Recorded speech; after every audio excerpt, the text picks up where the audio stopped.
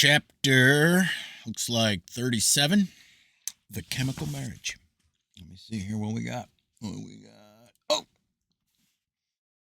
The universe created by the dual principle of light and darkness. The supreme deity is symbolized by the small globe at the top, which is divided into two hemispheres, the dark half representing the divine darkness with which the deity surrounds himself and which serves as his hiding place. The radiant hemisphere signifies the divine light, which is in God and which, pouring forth, manifests as the objective creative power.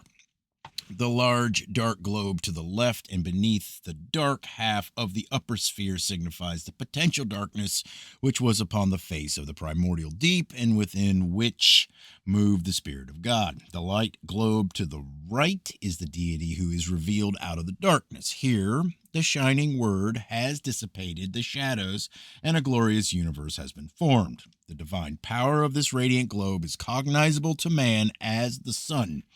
The large central sphere, divided horizontally into a light and a dark section, represents the created universe partaking of the light and darkness which are in the nature of the Creator. The dark half represents the deep or chaos, the eternal waters pouring forth out of the deity. The lighter half, the power of God, which animates the waters and establishes order in chaos. The light half circle containing the figure of Apollo represents the diurnal hemisphere of the world, which the ancient mysteries was ruled over by Apollo. The dark half circle is the nocturnal hemisphere ruled over by Dionysius, whose figure is faintly visible in the gloom. The self-admitted author of The Chemical Marriage, Johann Valentinian André, born in Wittenberg in 1586, was 28 years of age when that work was first published. It was presumably written about 12 years prior to its publication or when the author was 15 or 16 years old. The fact is almost incredible that one so young could produce a volume containing the wealth of symbolic thought and philosophy hidden between the lines of The Chemical Marriage. This book makes the earliest known reference to Christian Rosicrucians and is generally regarded as the third of the series of original Rosicrucian manifestos. As a symbolic work, the book itself is hopelessly irreconcilable with the statements made by André concerning it. The story of The Chemical Marriage relates in detail a series of incidents occurring to an aged man, presumably the father CRC of the Fama and Confessio. If Father CRC was born in 1378 as stated in the Confessio and is identical with the Christian Rosicrucians of The Chemical Marriage, he was elevated to the dignity of a Knight of the Golden Stone in the 81st year of his life, 1459. In the light of his own statements, it is inconceivable that André could have been Father Rosicrucian. Many figures found in the various books on symbolism published in the early part of the 17th century bear a striking resemblance to the characters and episodes in The Chemical Marriage. The alchemical wedding may prove to be the key to the riddle of Baconian Rosicrucianism. The presence in the German text of The Chemical Marriage of some words in English indicates its author to have been conversant also with that language. The following summary of the main episodes of the 7 days of The Chemical Marriage will give the reader a fairly comprehensive idea of the profundity of its symbolism. Christian Rosicrucians. This is the first day. My nose is running, and it's cold. It's probably like 50 in here. Christian Rosicrucians. Having prepared in his heart the paschal lamb together with a small unleavened loaf, was disturbed while at prayer one evening before Easter by a violent storm which threatened to demolish not only his little house, but the very hill on which it stood. In the midst of the tempest, he was touched on the back, and turning, he beheld a glorious woman with wings filled with eyes and robed in sky-colored garments spangled with stars. In one hand she held a trumpet, in the other a bundle of letters in every language. Handing a letter to CRC, she immediately ascended into the air, at the same time blowing upon her trumpet a blast which shook the house. Upon the seal of the letter was a curious cross, and the words, "In hoc signo vinces." Within, traced in letters of gold on an azure field, was an invitation to a royal wedding. CRC was deeply moved by this invitation because it was the fulfillment of a prophecy which he had received 7 years earlier, but so unworthy did he feel that he was paralyzed with fear. At length, after resorting to prayer, he sought sleep. In his dreams, he found himself in a loathsome dungeon with a multitude of other men, all bound and fettered with great chains. The grievousness of their sufferings was increased as they stumbled over each other in the darkness. Suddenly from above came the sound of trumpets. The cover of the dungeon was lifted, and a ray of light pierced the gloom. Framed in the light stood a hoary-headed man who announced that a rope would be lowered 7 times, and whoever would cling to the rope would be drawn up to freedom. Great confusion ensued. All sought to grasp the rope, and many were pulled away from it by others. CRC despaired of being saved, but suddenly the rope swung towards him, and grasping it, he was raised from the dungeon. An aged woman called the Ancient Matron wrote in the golden yellow book the names of those drawn forth, and each of the redeemed was given for remembrance a piece of gold bearing the symbol of the sun and the letters DLS CRC, who had been injured while clinging to the rope, found it difficult to walk. The aged woman bade him not to worry, but to thank God who had permitted him to come into so high a light. Thereupon trumpets sounded, and CRC awoke, but so vivid was the dream that he was still sensible of the wounds received while asleep. With renewed faith, CRC arose and prepared himself for the hermetic marriage. He donned a white linen coat and bound a red ribbon crosswise over his shoulders. In his hat he stuck 4 roses, and for food he carried bread, water, and salt. Before leaving his cottage, he knelt and vowed that whatever knowledge was revealed to him, he would devote to the service of his neighbor. He then departed from his house with joy. The second day. As he entered the forest surrounding his little house, it seemed to CRC that all nature had joyously prepared for the wedding. As he proceeded singing merrily, he came to a green heath in which stood 3 great cedars, one bearing a tablet with an inscription describing the 4 paths that led to the palace of the king. The first short and dangerous, the second circuitous, the third a pleasant and royal road, and the fourth suitable only for incorruptible bodies. Weary and perplexed, CRC decided to rest, and cutting a slice of bread was about to partake thereof when a white dove begged it from him. The dove was at once attacked by a raven, and in his efforts to separate the bird, CRC unknowingly ran a considerable distance along one of the 4 paths that leading southward. A terrific wind preventing him from retracing his steps, the wedding guest resigned himself to the loss of his bread and continued along the road until he espied in the distance a great gate. The sun being low, he hastened towards the portal, upon which, among other figures, was a tablet bearing the words Procul Hinc, Procul Iti Profani. The gatekeeper in sky-colored habit immediately asked CRC for his letter of invitation, and on receiving it, bade him enter and requested that he purchase a token. After describing himself as a brother of the Red Rosy Cross, CRC received in exchange for his water bottle a golden disc bearing the letters SC. Night, drawing near, the wanderer hastened on to a second gate guarded by a lion, and to which was affixed a tablet with the words Date et Dabetur Volus, where he presented a letter given by the first gatekeeper. Being urged to purchase a token bearing the letters SM, he gave his little package of salt and then hastened on to reach the palace gates before they were locked for the night. A beautiful virgin called Virgo Luciferia was extinguishing the castle lights as CRC approached, and he was barely able to squeeze through the closing gates. As they closed, they caught part of his coat, which he was forced to leave behind. Here his name was written in the Lord Bridegroom's little vellum book, and he was presented with a new pair of shoes and also a token bearing the letters SPN.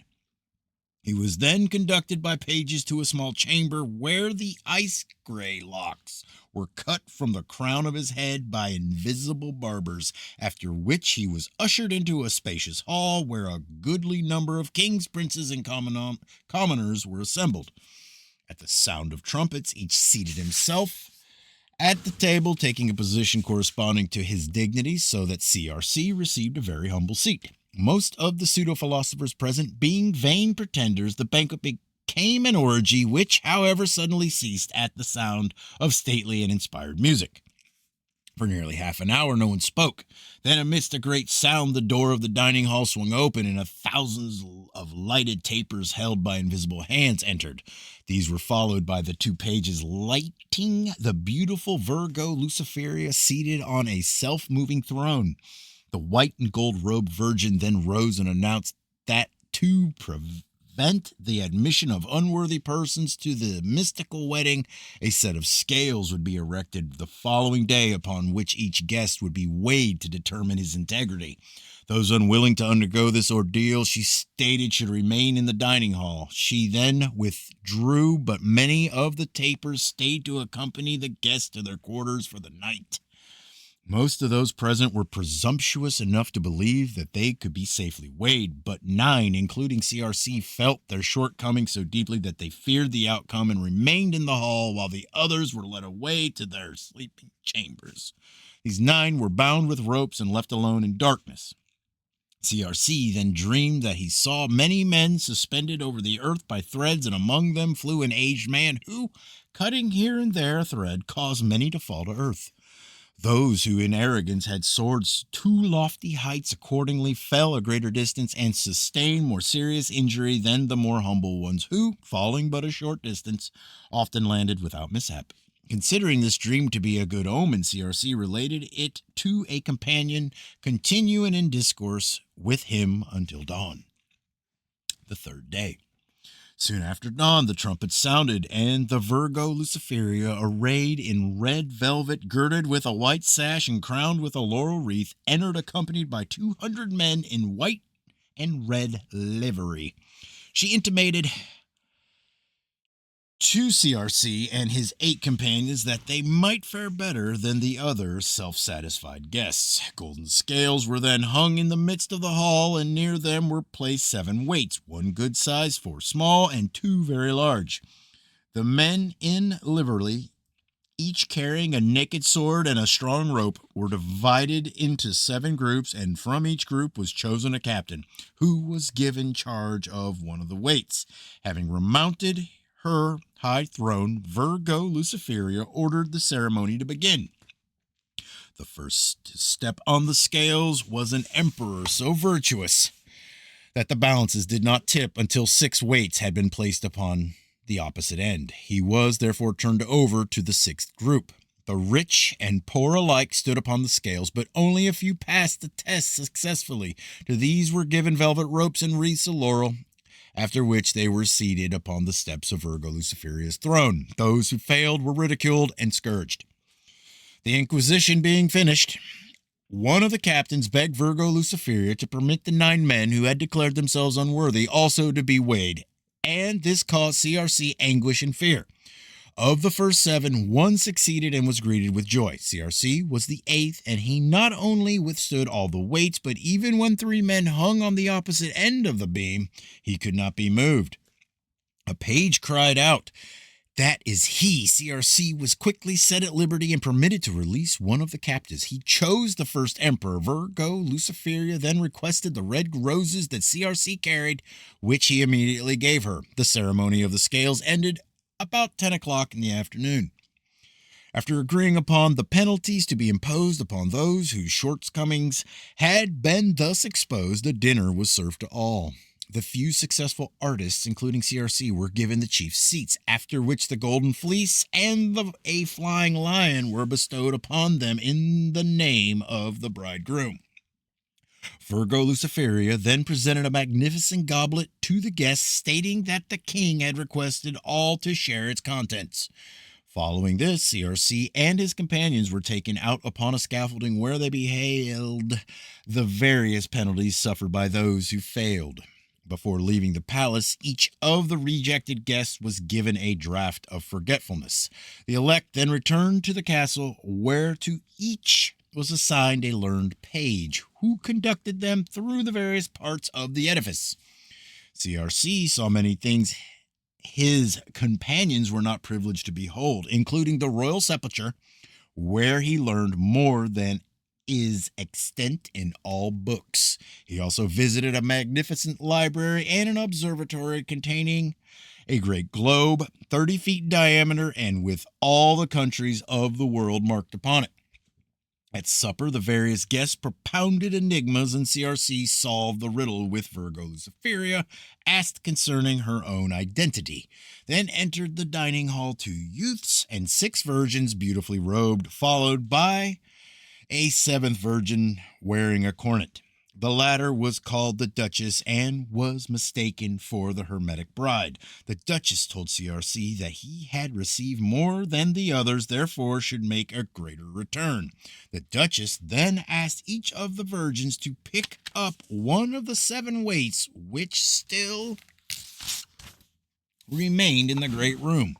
To Virgo Luciferia was given the heaviest weight, which was hung in the queen's chamber during the singing of a hymn.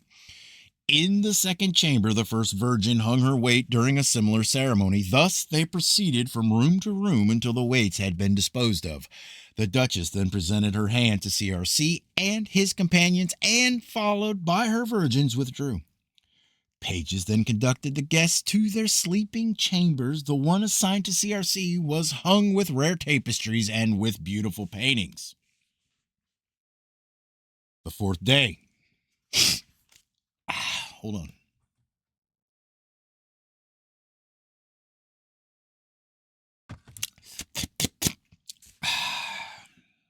After washing and drinking in the garden from a fountain which bore several inscriptions, among them one reading, "Drink, brothers, and live," the guests, led by Virgo Luciferia, ascended the 365 steps of the royal winding stairs. The guests were given wreaths of laurel, and a curtain being raised found themselves in the presence of the king and queen.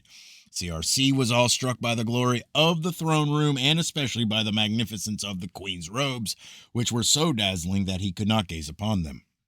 Each guest was presented to the king by one of the virgins, and after this ceremony, the Virgin Luciferia made a short speech in which she recited the achievements of the honest artists and begged that each be questioned as to whether she had properly fulfilled her duty.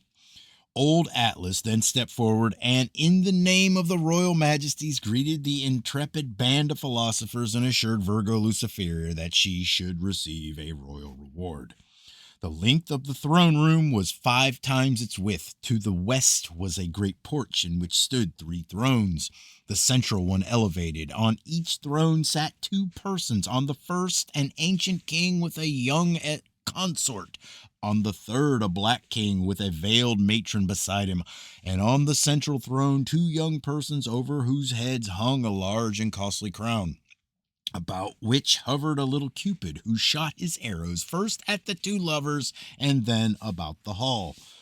Before the queen, a book bound in black velvet lay on a small altar on which were golden decorations. Besides this were a burning candle and a celestial globe, a small striking watch, a little crystal pipe from which ran a stream of clear blood-red liquor, and a skull with a white serpent crawling in and out of the orbits. After their presentations, the guests retired down the winding stairs to the great hall. Later, the Virgo Luciferia announced that a comedy was to be performed for the benefit of the 6 royal guests in a building called the House of the Sun. Sounds like a hot ticket. CRC and his companions formed part of the royal procession, which after a considerable walk arrived at the theater. The play was in 7 acts, and after its happy ending, all returned through the garden and up the winding stairs to the throne room. CRC noticed the young king was very sad, and that at the banquet following, he often sent meat to the white serpent in the skull. The feast over, the young king, holding in his hand the little black book from the altar, asked the guests if they would all be true to him through prosperity and adversity. And when they tremblingly agreed, he asked that each should sign his name in the little black book as proof of his fealty. The royal persons then drank from the little crystal fountain, the others afterwards doing likewise. This was called the draught of silence. The royal persons then sadly shook hands with all the present. Suddenly a little bell tinkled, and immediately the kings and queens took off their white garments and donned black ones. The room was hung in sable draperies, and the table was removed. The eyes of the royal persons were bound with 6 black taffeta scarfs, and 6 coffins were placed in the center of the room. An executioner, a Moor, robed in black and bearing an axe, entered and beheaded in turn each of the 6 royal persons. The blood of each was caught in a golden goblet, which was placed in the coffins with the body. The executioner was also decapitated, and his head placed in a small chest.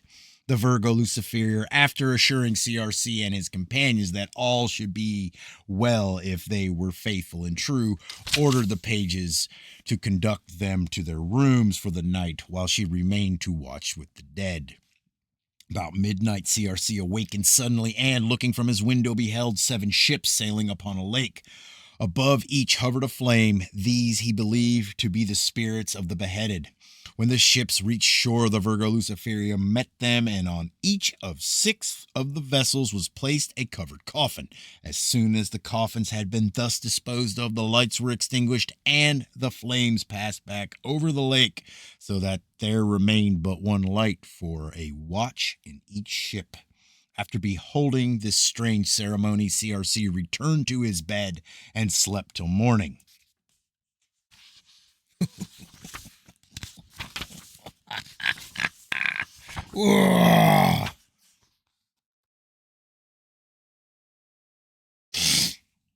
The 5th day. Raising at daybreak and entering his page to show him other treasures of the palace, CRC was conducted down many steps to a great iron door bearing a curious inscription, which he carefully copied. Passing through, he found himself in the royal treasury, the light in which came entirely from some huge carbuncles. In the center stood the triangular sepulchre of Lady Venus. Lifting a copper door in the pavement, the page ushered CRC into a crypt where stood a great bed, upon which, when his guide had raised the coverlets, CRC beheld the body of Venus. Led by his page, CRC then rejoined his companions, saying nothing to them of his experience. Virgo Luciferia, robed in black velvet and accompanied by her virgins, then led the guests out into the country yard, where stood 6 coffins, each with 8 pallbearers. CRC was the only one of the group of artists who suspected the royal bodies were no longer in these coffins. The coffins were lowered into graves, and great stones rolled over them. The Virgo Luciferia then made a short oration in which she exhorted each to assist in restoring the royal persons to life, declaring that they should journey with her to the Tower of Olympus, where the medicines necessary to the resurrection of the 6 royal persons could alone be found. CRC and his companions followed Virgo Luciferia to the seashore, where all embarked on 7 ships disposed according to a certain strange order. As the ships sailed across the lake and thrown a narrow channel into the open sea, they were attended by sirens, nymphs, and sea goddesses, who, in honor of the wedding, presented a great and beautiful pearl to the royal couple. When the ships came in sight of the Tower of Olympus, Virgo Luciferia ordered the discharge of cannon to signal their approach. Immediately a white flag appeared upon the tower, and a small gilded pinnace PINNAC containing a small gilded penis containing an ancient man, the warden of the tower, with his white-clad guards, came out to meet the ships.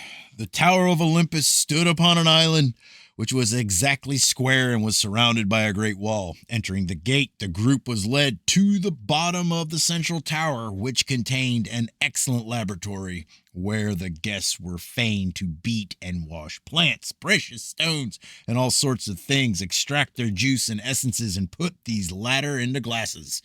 Virgo Luciferia set the artists to work so arduously that they felt they were mere drudges.